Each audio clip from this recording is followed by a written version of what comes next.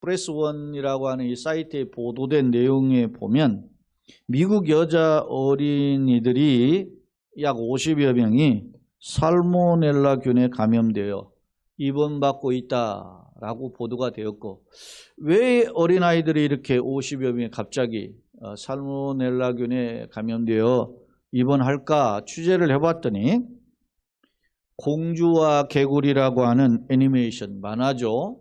만화를 보고 개구리에게 키스를 했더니 개구리가 왕자로 변하는 장면이 있었다는 거예요. 그래서 이 어린아이들, 여자아이들이 특히 개구리하고 입맞춤을 해서 이 개구리가 왕자로 변한다라는 그런 기대감 때문에 이 개구리하고 계속 했다는 겁니다. 그런데 이 애니메이션을 본 여자아이들의 경우 개구리를 찾아 입을 맞췄고 결국 그 결과 왕자로 변하기는커녕 살모넬라균에 감염이 됐다는 거예요. 참고로 미국 발생한 살모넬라균에 감염 환자 중에 71%가 10살 이하의 어린아이들이었고, 특히 5세 이하의 어린아이들의 경우는 성인에 비해서 살모넬라균에 대한 감염력이 5배나 높았다.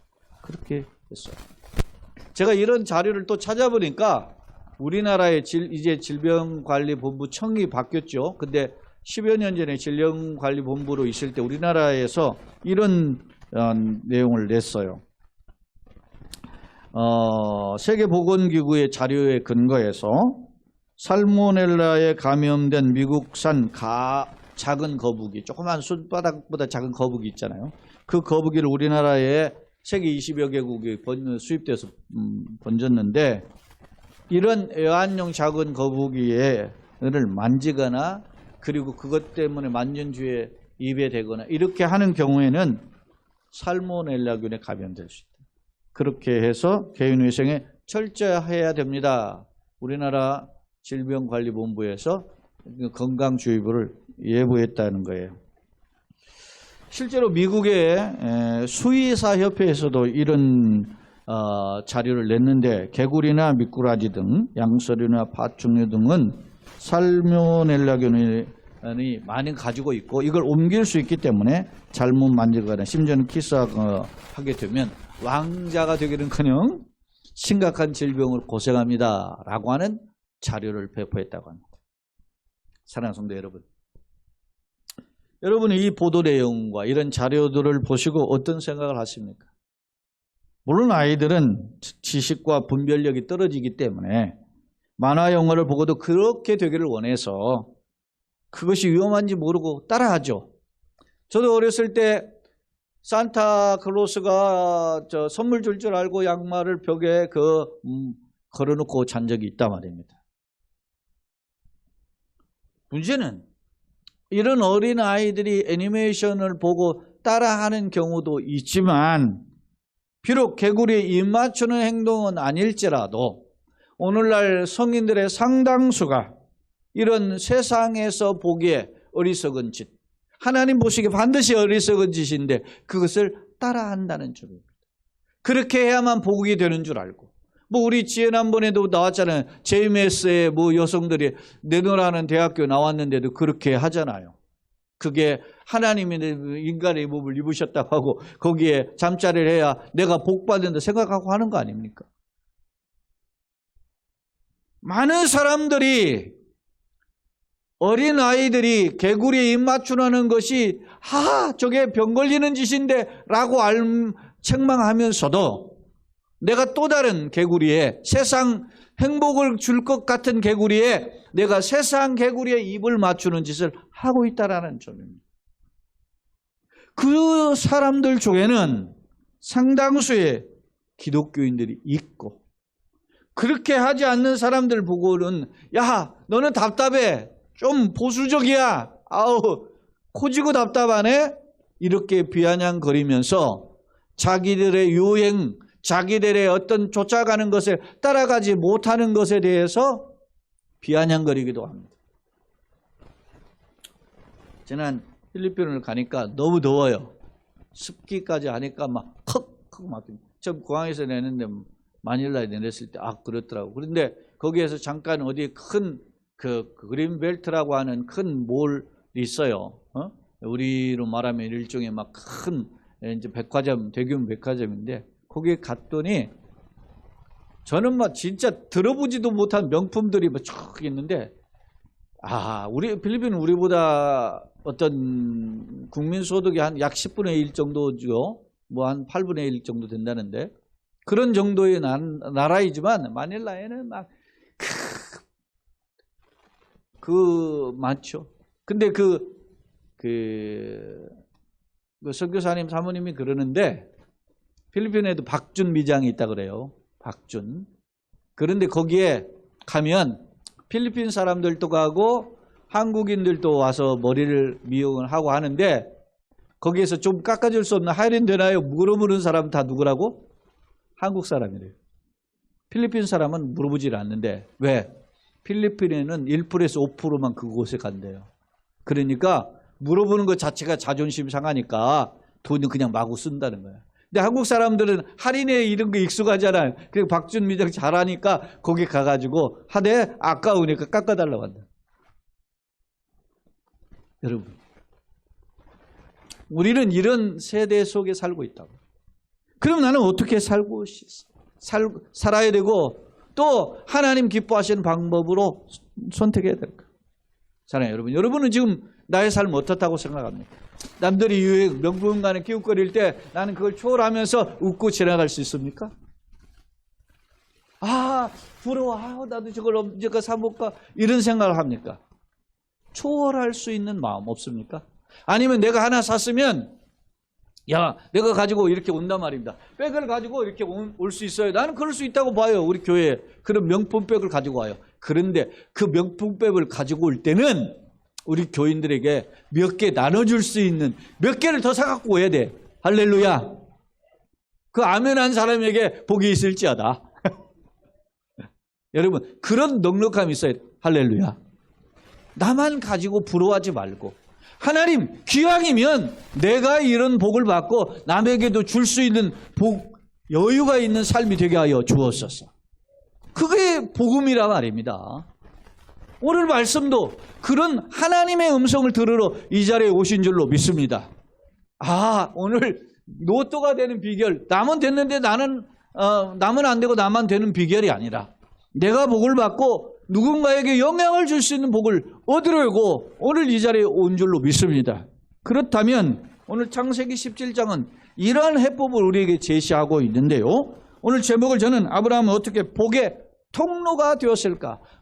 자신이 복만 받은 게 아니고 복의 주인공만이 된 게 아니고 복의 통로가 되었다는 사실. 그러면 어떻게 아브라함이 복의 통로가 되었을까요?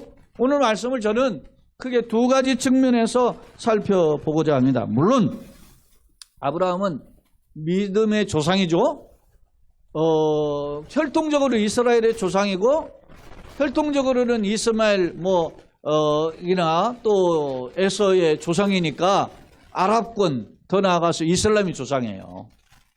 그리고 기독교 25억의 우리 기독교와 개신교와 천주교 합쳐서 정교 다 합쳐서 25억이니까 그렇죠. 세계에 어떤 면에서 보면 인구의 절반 이상의 아브라함이 조상이에요. 그런데 하나님이 말씀하시는 믿음의 조상은 누구를 가리킵니까? 아브라함의 믿음을 소유한 자의 조상인 줄로 믿습니다. 그러면 어떻게 그가 이런 복을 누릴 수 있었을까? 오늘 두 가지로 살펴보고자 합니다. 먼저 17장 1절 말씀을 함께 읽겠습니다. 아브라함이 99세에 대해 여호와께서 아브라함에게 나타나서 그에게 이르시되 나는 전능한 하나님이라. 너는 내 앞에서 행하여 완전하라고 말씀하시죠. 그래요. 자, 17장은 창세기 17장은 아브라함 우리가 보니까 정보를 보니까 아브라함의 99세였다. 아브라함이 100세 때 이삭을 낳고 그리고 나서 이삭의 소년 때 이삭을 모리아산에 바쳤으니까 그 이전임을 알 수 있죠. 그런데 99세 때 하나님께서 아브라함과 언약을 또 체결을 하셔요. 그 체결하시는 언약을 가리켜 일명 할례 언약이라고 하는데 이때 하나님이 아브라함에게 나타나셔서 하나님은 어떤 분인가를 계시해 주는데 보세요. 17장 1절에 여호와께서 아브라함에게 나타나서 그에게 이르시되 나는 어떤 하나님이라? 전능한 하나님이라 그랬어요. 나는 전능한 하나님, 엘샤다이라 그런 거예요. 엘은 하나님, 샤다이는 전능자 그런 뜻이라. 그런데 이 엘샤다이는 창세기에도 있고 지금 오늘 17장인데 35장에도 있고 또 욥기에도 나오고 또 이사야 성경, 오늘 우리가 사죄의 은총을 살펴본 말씀이 이사야 49장인데 49장 마지막 절에 엘샤다이가 나와요. 그러니까 그런데 이런 하나님께서 자신을 엘샤다이라고 계시해 줬을 때 상황을 보면 굉장히 위험하거나 어렵거나 절박한 상황에 결단이 필요할 때 하나님께서 그를 독려하고 힘을 제공하시는 하나님을 상기하는 표현으로 뭐라고 해요? 엘샤다이라고 했어요. 욥기에 고난당할 때 하나님이 나타나셔서 그에게 계시해 줄 때 뭐라고 해요? 엘샤다이. 앞서 이사야 49장 같은 경우에도 뭡니까? 이스라엘 절망적으로 포로로 잡혀가는 그 절망적인 상황에서도 하나님의 약속을 믿으면 어떻게 해요? 살아난다. 할렐루야. 엘샤다이라 말입니다. 오늘 아브라함 99세 때 하나님이 나타나셨습니다. 그런데요, 참고적으로 아브라함 99세 때는 아브라함이 하나님의 명령을 따라서 본토 아비 집을 떠난 75세에 떠난 지 24년이나 지났잖아요. 그런데 하나님 약속하신 건 하나도 이루어지질 않았어요. 사실은 약속하신 대표가 뭐예요? 내 자손 하늘의 별처럼 땅의 모래처럼 많아질 거예요. 내가 받는 땅 너 내 자손에게 주리라. 이런 약속들이 현실화되지 않았다는 거. 물론 좀 부분적으로 보이는 듯 하지만 이루어지지 않았단 말이에요. 그러니까 아브라함에게는 뭐가 힘들었겠어요? 하나님의 약속을 24년 동안 붙잡았는데 내가 왜 이렇게 힘들까 하는 생각이 들 수 있죠. 바로 그런 상황 속에서 하나님이 아브라함에게 찾아오셔서 뭐라고 이야기해요? 나는 전능한 하나님이라 라고 계시해주고 있어요. 자, 2절로 4절을 계속 읽어봅시다. 내가 내 언약을 나와 너 사이에 두어 너를 크게 모여 보자. 할렐루야. 자, 하나님의 약속은 따라서 나를 크게 번성하게 하기 약속이다. 믿습니까? 그래, 내가 잘되게 하기 위해서 하나님 오늘 이 자리에 부르셨어. 믿습니까? 내가 잘되기 위해서 하나님은 나로 하여금 하나님 말씀 듣게 하시. 믿습니까? 그러니까 말씀을 듣고 말씀을 배우는 건 축복의 통로인 거예요. 그러기 위해서 하나님이 너로 번성하게 하리라 하니까 아브라함이 쭉 엎드린 거예요. 자, 이 3절에 보면 아브라함이 엎드렸더니 하나님 또 그에게 이르시되 뭐라고 하는지 4절 같이 보시죠. 보라, 내 언약이 너와 함께 있으니 너는 여러 민족의 아버지가 될지라. 여러분, 아브라함에게 하나님이 여러 민족의 아버지가 될 것을 이미 이야기했죠. 24년 전에. 그런데 지금 아들을 하나 낳았는데 그것도 하나님을 기뻐하는 아들이 아니에요. 인간 방법으로 태어난 아들이란 말이에요. 있으면. 그러니까 아브라함이 지금 위축이 되었다면 힘이 듭니다. 사랑하는 여러분, 강단에서 목사가 조용조용 설교하는 타입이 아니죠. 그러니까 우리 목사님 굉장히 좀 열정이 있을 것 같아요. 근데 저도 제가 삶에 살면서 지치고 힘들어할 때가 많아요. 답답해할 때가 많다. 그런데 다시금 말씀으로 용기를 얻는 줄로 믿습니다. 오늘 이 시간 저와 여러분이 이 말씀에 다시 한번 힘을 내기를 예수님의 이름으로 축원합니다. 내 언약이 너와 함께 있다는 것, 내 언약이 나 혼자에게 있지 않고 지금 아브라함에게 줬다는 겁니다. 그런데 그 약속이 뭐예요? 너는 여러 민족의 아버지가 될지라. 할렐루야. 그랬어요. 그래서 그때까지 이름이 아브라함인데 너는 여러 민족의 아버지, 열국의 아버지 아브라함 바꿔주시는 그때에서. 그러면서 자 한번 보세요. 내가 너를 크게 번성하게 하리라. 내가 너를 여러 민족의 아버지가 될지라. 이렇게 4절에서 이야기합니다. 내가 너를 크게 번성하게 할 것이고 내가 여러 민족의 아버지가 될 것이야. 주체가 누굽니까? 따라서 합시다. 하나님. 내가는 누구예요 지금 여기? 하나님. 너는 누굽니까? 아브라함. 하나님이 이 아브라함의 인생, 아브라함의 가문을 번성하게 할 것이다. 믿습니까? 따라서 내 인생의 주체는 하나님이시다. 그렇습니다. 내 인생의 주도권을 하나님이 친히 이끌어 가시겠다는 겁니다. 그걸 다시 한번 지금 지쳐있는 아브라함에게 찾아오셔서 하나님이 역사하실 것임을 말씀하십니다. 6개월을 지내왔는데 힘이 듭니다. 그런데 코앞에 당면하는 것이 더 힘들지 모릅니다. 날씨도 기후적으로 그렇습니다. 경제적으로 어렵습니다. 삶이 벅벅합니다. 그러나 하나님이 내 인생의 주도권을 가지고 이끌어 가실 줄로 믿습니다.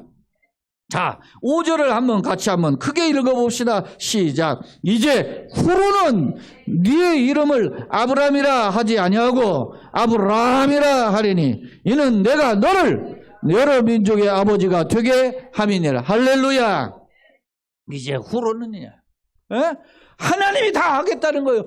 아브라함 인생을 이름까지 바꿔주시겠다는 겁니다. 아브라함을 아브라함으로 바꿔주시고 그리고 아브라함이라고 하는 이름값을 갖는 사람이 되게 할 것이다. 할렐루야.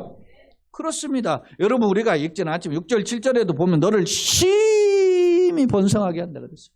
심히 번성하게. 믿습니까? 네가 너에게서 민족들이 태어날 것이고 많은 왕들이 너에게서 태어난다는 거야. 그리고 네 자손 속에는 왕들도 있고 여러 민족도 있다. 할렐루야. 그러니까 이런 약속을 줍니다. 지금 아브라함의 현실은 어때요 지금? 달랑 이스마엘 하나 낳는데 그것도 인간의 방법으로 하니까 하나님이 노했단 말이에요. 그런데 하나님 약속의 자녀도 주시지도 않은 상황에서 너로 심히 큰 민족을 이루고 여러 왕이 너에게서 할 것이다. 이야, 이런 말씀하니까 아브라함에게 어떻게 해요? 나는 누구인가를 정체성을 갖게. 따라서 합시다. 나는 아브라함에서 아브라함으로 바뀌었다. 믿습니까? 사랑하는 여러분, 우리가 세례명은 없지만 누구든지 그리스도 예수 안에 있으면 새로운 피조물이 된 줄로 믿습니다. 나는 하나님의 자녀가 된 줄로 믿습니다. 냄새나고 벌레와 같은 구더기와 같은 인생이지만 하나님이 지명하여 불렀을 때 우리는 열국의 조상을 갖는 그러한 믿음의 용사가 되는 줄로 믿습니다. 저 옛날 기도원이 말이죠. 그 타작마당에서 그 탈곡을 못하고 포도틀에 숨어서 탈곡하는 그런 자에게 하나님 찾아오셔가지고 기도원이라 부르자. 너는 큰 용사라. 기도원이 마을이 불평합니다. 그러려면 우리가 왜 이렇게 미대하는 고생합니까? 그런데 하나님이 그를 용사되게 하신 줄로 믿습니다. 나에게 그런 소망이 있어야 돼요. 여러분, 인생은 우리 한국 사회가 젊은이들 하는 내뱉은 말의 신조어주가 뭡니까? 금수저, 흙수저입니다. 그 정해놓은 곳에서 태어나는 겁니다. 변하지 않는다는 겁니다. 그것은 뭐예요? 하나님 보시기엔 불신앙적인 이야기입니다. 예? 우리가 뭐 그런 말을 하잖아요. 어쩌다가 말이지. 예? 그래서 예전에도 그런 말을 했잖아요. 어떤 분이 자식을 태어났는데 야, 이 빌어먹을 놈아. 그렇게 소리를 계속 적고 자니까 학교에서 야, 나의 15년 뒤의 계획을 발표하세요. 그랬다 하더니 나는 거지가 되겠습니다. 그랬다잖아요. 그래 왜 그러냐 그랬더니 우리 어머님이 어렸을 때부터 계속 이 빌어먹을 놈아. 그래서 난 빌어먹을 놈이 되는 줄 알았다. 사랑하는 여러분, 따라서 합시다. 예수 믿고 잘 될 놈아. 할렐루야. 귀향이면 예수 믿고 복 받을 놈아. 예수 믿고 옛날에 그 부부사들 그런 말을 했잖아요. 예수 믿고 복 받을 놈아. 예수 믿고 행복할 놈아. 예수 믿고 오래 살 놈아. 그런 이야기를 해둔 거야. 여러분, 생각을 바꿔야 됩니다. 예수를 믿는다는 것은 생각이 바뀌는 줄로 믿습니다. 그러려면 복음이 내 안에 있어야 돼요. 근데 오늘 아브라함을 하나님 뭐라고 해요? 너는 아브라함이라. 아브라함도 이름 괜찮아요. 귀공자예요. 예? 귀공자예요. 그런데 이제는 하나님 어떻게 해요? 열국의 아버지로 바꿔 주신다고 약속하신 거죠. 그래서 아브라함이 믿음의 조상이 된 거 아니겠습니까? 여러분, 그런데 주목할 점은 이걸 누가 했다라는 거예요? 하나님이. 누가 이루시겠다는 거예요? 하나님이. 여러분, 민수기에 보면 하나님이 어떤 분인지를 이야기하는데 이게 민수기 23장에 나와요. 이 23장에 나왔다는 말은 무슨 말이에요 이게? 민수기가 언제 주어진 거예요? 여러분, 이스라엘 백성들이 40년에 출애굽하고 40년을 방황하고 갈팡질팡이 다 쓰러지고 세대들이 교체가 돼요. 그리고 이제 모압 평지 앞에서 가나안 땅을 바라보게 해서 딱 있을 때 주어진 메시지가 민수기 23장. 야, 보시다. 민수기 13장 19절. 한번 같이 읽어봅시다. 시작. 하나님은 인생이 아니시니 시건치 않으시고 인자가 아니시니 후회가 없으시도다. 어찌 그 말씀하신 바를 행치 않으시며 하신 말씀을 실행치 않으시랴. 응? 하나님은 인생이 아니시기 때문에 시건치 않는 말 뱉은 것을 이랬다 저랬다 하시는 분이 아니라. 사랑하는 성도 여러분, 우리 모두가 하나님의 말씀에 붙들려서 다시 일어서길 예수님의 이름으로 축원합니다. 또 시편 139편 2절 3절인데요. 이것은 다윗의 고백인데 제가 이 시편 139편을 참 좋아했어요. 한번 읽어봅시다. 2절 3절 시작. 주께서 내가 앉고 일어섬을 아시고 멀리서도 나의 생각을 밝히 아시오며 나의 모든 길과 내가 눕는 것을 살펴보셨으므로 나의 모든 행위를 익히 아시오니. 할렐루야. 하나님 우리의 모든 걸 알고 계신 줄 믿습니다. 여러분요, 우리가 소개는 안 했지만 여러분 예레미야 17장에 보면 하나님은 우리의 심장과 폐부를 살피신다 그랬어요. 예수님은 복음서에서 말씀하셨잖아요. 하나님은 너희의 머리털 하나까지 다 세지면 할렐루야. 모든 걸 아시는 분입니다. 그 하나님이 생사업의 주인이신 전능하신 하나님이 아브라함을 아브라함 되게 하시고 그것을 이루기까지 시원치 않으신 분이 이루실 줄로 믿습니다. 아브라함에게 다시 한번 새 힘이 일어나게 된 거죠. 새 힘이 다시 한번 생기게 된 거예요. 사랑하는 성도 여러분, 전지전능하신 하나님의 손에 다시 한번 붙들려서 우리를 알고 계신 하나님의 손에 붙들려서 다시 한번 일어서는 우리 모두가 되기를 예수님의 이름으로 축원합니다. 할렐루야. 오늘 우리가 사는 길이 힘들죠. 힘든 여정이 있습니다. 그런데 존 버니언이 쓴 철로 역정에 보면 그 철로 역정이 천국을 향하는 여정이잖아요. 그러니까 우리와 똑같은 거예요. 땅안의 인생길에 사는 여정을 가리킨 거예요. 그러니까 힘들어요. 그런데 여러분 크리스찬이 걸어가는 길이 어떻습니까? 거기에는 각가지 장애물과 도전과 회방이 있어요. 절벽이 있고 낭떠러지가 있고 그 속에서 어려운 위험들이 도사리고 있잖아요. 그것이 우리 인생길이야. 그런데 그 인생길에 나 혼자만이 아니에요. 예수님 말씀은 내가 세상 끝날까지 너희와 항상 함께 있으리. 믿습니까? 하나님이 아들 낳으는 그 이름을 뭐라 그랬어요? 임마누엘이라. 이는 그가 자기 백성을 저희 죄에서 구원할 자라 그랬어요. 하나님 우리를 살리시는데 억만 죄악에서 건져내시기 위해서 독생자를 주셨던 하나님이 나그네길 어거네 때를 따라 돕는 은혜 안 주시겠어요? 그러니까 우리가 그런 하나님을 다시 한번 내 마음속에 리바이벌 해야 되는 거죠. 내 마음속에 다시 한번 새기고 다시 한번 영적으로 서는 자리가 믿음의 자리인 줄로 믿습니다. 한 해의 절반을 보내면서 다시 한번 6개월을 바라보면서 내가 어떻게 살아가야 할까를 돌아보면서 오늘 이 말씀을 저도 준비했거든요. 여러분 보세요. 로마서 3장에 보면은 의인은 없나니 하나도 없다 그랬어요. 의인은 없나 하나도 없어요. 다 냄새나요. 그런 중에서 우리를 부르셨잖아요. 오늘 보세요. 창세기 17장 1절 다시 보면 아브라함이 몇 살 때? 99세 때. 여러분 아브라함이 99세 동안 24년 어느 동안 착한 일, 잘한 일, 좋은 일 많이 했어요? 아브라함이 보면 실수를 많이 했어요. 그런데도 불구하고 하나님 다시 찾아오셨어요. 다시 한번 읽어봅시다. 아브라함이 99세 때 여호와께서 아브라함에게 나타나서 그에게 이르시되 나는 누구다? 전능한 하나님이다. 너는 내 앞에서 어떻게 해요? 행하여 완전한. 할렐루야. 사랑하는 성도 여러분, 이제는 하나님의 절대주권과 주도권으로 이끄신다면 나도 그 하나님의 부르심이 어떻게 해요? 리스폰스 반응을 해야 되는 거예요. 그 반응이 믿음의 결단입니다. 그럼 어떻게 반응을 해야 되는가? 두 번째, 오늘 결론은 이제 첫 번째와 두 번째 나누는데 두 번째는 뭐예요? 주님 뭐라고 했어요? 너는 내 앞에서 행하여 어떻게? 완전하라. 너는 내 앞에서 행하여 완전하라. 행동, 액션이 있어야 된다는 말입니다. 결단이 있어야 된다는 말. 이 신앙은 이성과 생각으로만 끝나는 게 아니라 입술로 아멘으로만 끝나는 게 아니라 따라서 합시다. 행동으로 결단해야 한다. 믿습니까?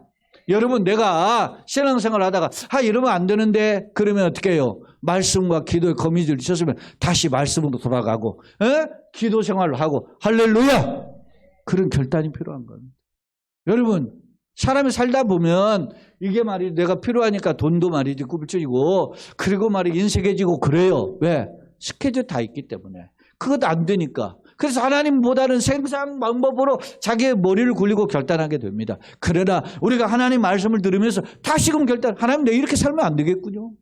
하나님 기뻐하시는 뜻대로 살기를 원합니다. 주님 말씀하셨나요? 나는 전능자인데 내가 너에게는 복을 주려고 하는데 너는 어떻게 해야 되느냐? 내 앞에서 행하여 완전해야 된다는 거예요. 그 완전한 행위가 뭘까? 오늘 본문에 보니까 보세요. 좀 훌쩍 뛰어나서 9절로 11절 한번 봅시다. 하나님이 또 아브라함에게 이르시되 그런즉 너는 내 언약을 어떻게 해요? 지키고 내 후손도 대대로 지키라. 너뿐만 아니라 너 자신도 지켜라. 사랑하는 여러분, 요즘 젊은이들도 있고 부모들도 그런데 자꾸 어떤 면에 개인주의화 되니까 부모와 자식의 연대가 없어요. 그래서 나를 낳아줬으면 그만이고 나를 후원해줘서 그만이고 내 인생은 내 인생이에요. 이렇게 살아가려고 하는 게 경향이 많아요. 그러나 따라서 예수 믿는 사람은 공동체다. 믿습니까?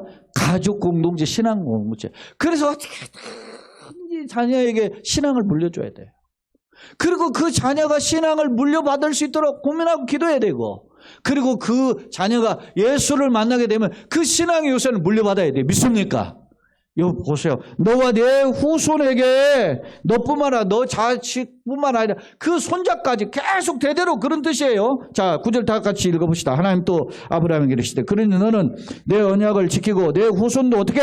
대대로 지키라. 그러면서 10절 11절 다 같이 너희 중 남자는 다 할례를 받으라. 이것이 나와 너희와 너희 후손 사이에 지킬 내 언약이니라. 너희는 표피를 베어라. 이것이 나와 너희 사이의 언약의 표징이니라. 너뿐만 아니라 너희 자식도 뽑고 너희 후손들도 대대로 이 약속을 지켜라. 이게 뭘까요? 생각해 보세요. 아브라함 우리부터 약 4,000년 전 사람이에요. 예수님부터 2,000년 전 사람인데 그때 당시에 이 할례를 행하는 것은 뭘로 했느냐? 돌멩이로 그걸 이렇게 돌멩이 부딪혀서 날카롭게 하잖아요. 그걸 가지고 남자 그 표피를 생식기를 잘라낸 거예요. 그러니까 어떻게 해요? 피가 철철하고 어떻게 해요? 그걸 꾸며야 되는데. 예? 근데 이게 꾸며는 게 그냥 됩니까? 이게 참 강단에서 좀 조심스러운데 이게 아침에는 뭡니까? 기력이 왕성하면 이게 밝아야 되잖아요. 그게 터진단 말이에요. 그게 고통인 거예요, 그게. 그런데 그거를 어떻게? 성인 남자들에게 해야 되고 이것을 어린아이 때부터 이미 가르쳐줘요. 근데 과학적으로 생애 8일차 되는 데가 아이들이 고통을 제일 못 느낀다 그래요. 그래서 그런 어떤 과학적인 근거가 있다. 어느 학자가 그런 말을 하던데 이게 대대로 하니까 생후 8일만 할례 했는데 지금은 어떻게 해요? 생후 표피에 지금 할례를 하는 사람은 성인들은 어떻게 해요? 피가 흐르고 그것이 낫기까지 오랜 기간이죠. 여러분 겨울에 여러분이 피부가 상처가 난 거하고 여름에 상처 난 거 다르죠. 아무는 기간이. 여름에는 더디가요. 진물도 나고 겨울은 좀 빨리 났는데 이스라엘의 기후로는 이게 쉽게 안 낫는단 말입니다. 근데 여러분 지금 아브라함이 털을 잡고 막 떵떵거리는 사람이 아니에요. 지금 그 중간에 주변에 사람들이 센 사람들이 많이 있단 말입니다. 그런데 남자들이 말이지 이걸 표피를 잘라가지고 이렇게 고통당하고 있으면 주변에 쳐들어오면 아무 꼼짝 못하는 겁니다. 이런 어려운 결단을 하게 한 겁니다. 생명이 위태롭습니다. 주변 환경도 위태롭습니다. 삶도 이렇게 하다 보면 일을 못하죠. 보통 일이 아니 손해가 아닙니다. 여러분 주일 나와라. 주일 성수하라. 직장은 가야 되는데요. 돈 벌어야 되는데요. 갈등이 있는 겁니다. 이럴 때 내가 하나님 앞에 우선순위를 내놓고 예배를 드리고 주일을 지키고 그렇게 불이익을 당하는 걸 감수하고 결단하는 거 뭡니까? 믿음이 아니고는 할 수가 없는 겁니다. 그런데 주님 뭐라고 했어요? 내 앞에서 어떻게 완전히 행하여 완전하라 그랬죠. 그 완전히 행하는 결단이 뭐요? 표피를. 여러분 왜 생식일까? 그걸 통해서 후손이 태어나잖아요. 그런 아주 가장 중요한. 그래서 예전에 고대 근동에는 어디에다가 손을 놓고 맹세를 해요? 사타구니 밑에 그 환도뼈 밑에다가 놓고 맹세하는 게 그게 가장 중요한 곳이기 때문에 그런 결단을 하게 한 겁니다. 그렇게 할 때에 어떻게 해요? 23절 보십시다. 이해. 이제 한번 결과를 봅시다. 자, 이해라는 말은 뭐예요? 아브라함이 그 하나님의 명령에 순종한 결단을 보여주는 거예요. 다 같이 한번 읽어보시죠. 시작. 이해. 아브라함이 하나님이 자기에게 말씀하신 대로 이날에 그 아들 이스마엘과 집에서 태어난 모든 자와 돈으로 산 모든 자 곧 아브라함 집의 사람 중 모든 남자를 데려다가 포피를 베었으니 그러니까 아브라함 자신 물론 자기의 아들, 13살 된 아들 이스마엘, 그리고 집에 산 사람들은 노예들이에요. 전부 다. 이런 사람, 종들이죠. 이런 사람들까지 전부 다 포피를 배웠으니 그 다음 계속 읽어봅시다. 아브라함이 그의 포피를 벨 때는 99세였고 그의 아들 이스마엘이 그의 포피를 벤 때는 13세였더라. 그날에 아브라함과 그의 아들 이스마엘의 할례를 받았고 그 집의 모든 남자 곧 집에서 태어난 자와 돈으로 이방 사람에게서 사온 자가 다 그와 함께 할례를 받았더라. 할렐루야. 어려운 결단한 겁니다. 여러분. 혼자는 하기는 하지만 자식들에게도 하고 종들에게 할 때 어떻게 해요? 부작용이 따라요. 반발이 따른 겁니다. 하려면 아버지만 하지 왜 우리까지 하라고 합니까? 그런 거죠. 그리고 또 부인들도 있을 거 아닌가. 아니 뭐 당신만 죽고 말지만 우리 애까지 죽이려고 그러냐고 막 이렇게 다 할 수 있습니다. 그리고 종들이 불만이 얼마나 가득하면 아무리 주인이지만 말이지 어떻게 이걸 하고 하냐고 말이지. 그런데 여러분 보세요. 고대 근동에 다른 사람들이 그렇게 했으면 나도 따라가. 근데 그렇게 한 곳이 없어요. 이스라엘, 아브라함 가족만 그렇게 해야 되는 거예요. 외로운 겁니다. 힘든 겁니다. 어려운 결정이라 말입니다. 그런데 하나님은 그 아브라함에게 그런 약속을 맺고 너와 내 자손이 대대로 이걸 지키라고 말씀하십니다. 이게 뭘까요? 표피를 잘라낸다는 것. 여호수아의 근거에 보면 이스라엘 백성이 가나안 들어갈 때 그때까지 할례를 안 해다가 가나안 들어갈 때 할례를 행하거든요. 그게 뭘까요? 약속의 땅에 들어가려면 버려야 되는 거예요. 길갈이라는 곳에 했거든요. 길갈에서 그 뜻이 뭐냐면 굴러가다라는 뜻이에요. 뭐냐? 죄악의 수치를 굴러가게 했다.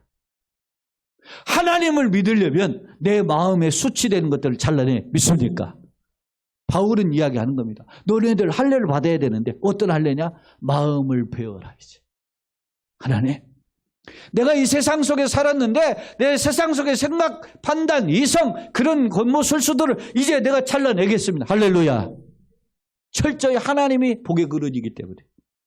하나님의 복의 근원이고 나를 그런 축복의 통로로 삼기 위해서 하나님이 요구하셨기 때문에 내가 그렇게 살겠습니다. 할렐루야.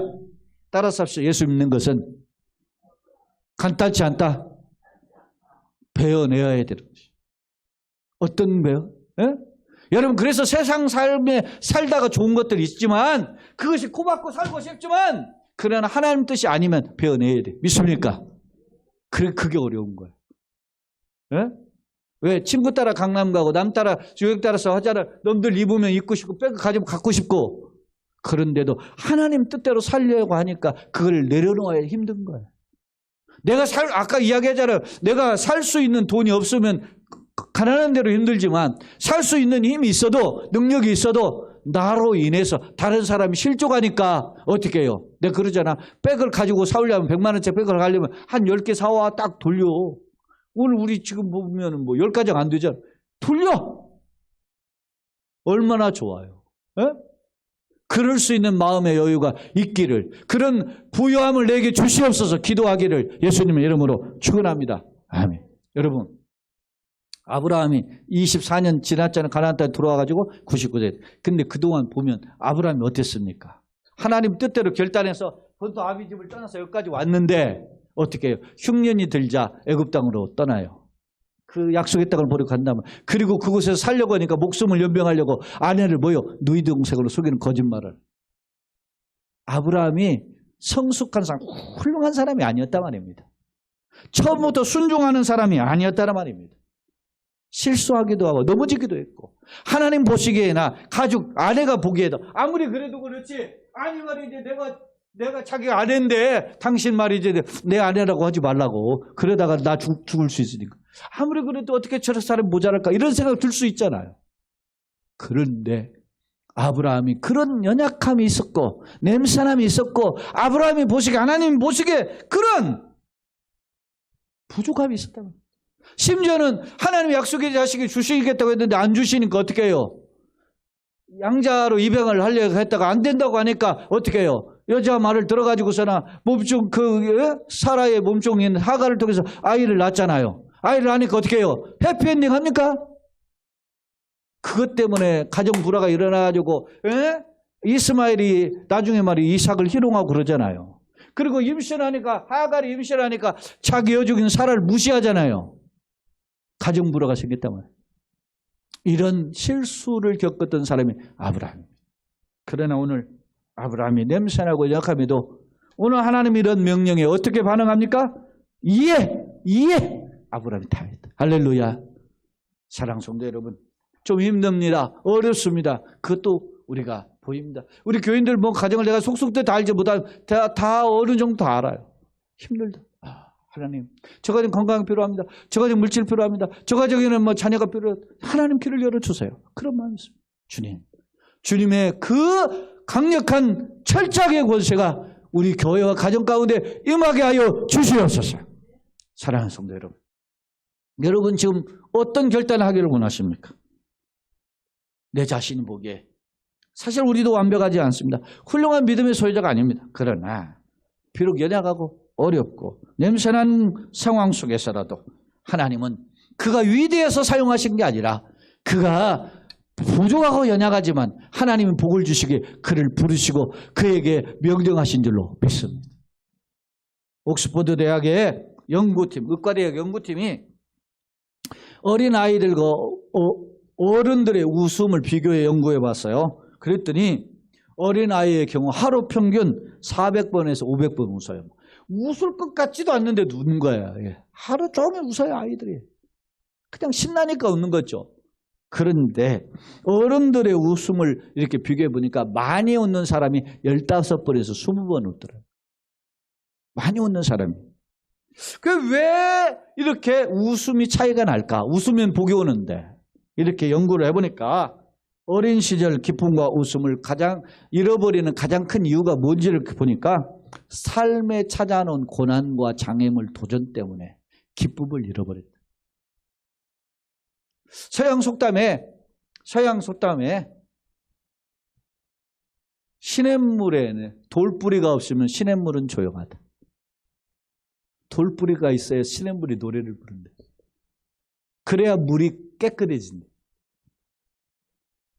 사랑하는 여러분, 성도 여러분, 우리가 살다 보니까 크고 작은 도전과 장애물 때문에 웃음을 잃고 노래를 감사를 잃어버린 것이 맞습니다. 그러나 그게 옳은 일은 아닙니다. 이해는 되지만 주님 기뻐하시는 길은 아닙니다.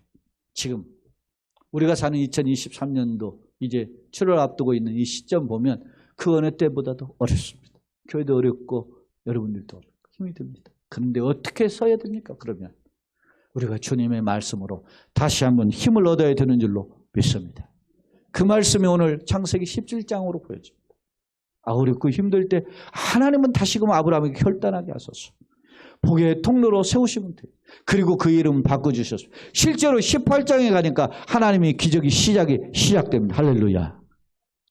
99세 때 찾아오신 그 하나님 18장에 보면 100세의 아들을 낳게 하시다. 1년 뒤에. 역사가, 그러니까 하나님은 그 약속 이후에 계속 기적을 준비하고 계신 거예요. 오늘 앞서가시 동행하시 이끌어가신 하나님이 우리를 절대 주권으로 이끌어 주실 줄로 믿습니다. 그런데 주님이 나에게 행하여 완전하라고 요구하십니다. 그게 뭘까요? 오늘 우리가 다시금 하나님의 뜻을 아는 말씀과 기도의 삶으로 이에 새로운 한 달을 시작하고 준비하시므로 이 어려운 더위나 그리고 경제 여건, 세상의 도전들, 그리고 육신적인 건강, 장애물들을 다 이겨내고 하나님의 예비하신 복을 누리는 저와 여러분 교회와 가정 되기를 예수님의 이름으로 축원합니다. 아멘. 참 좋아요.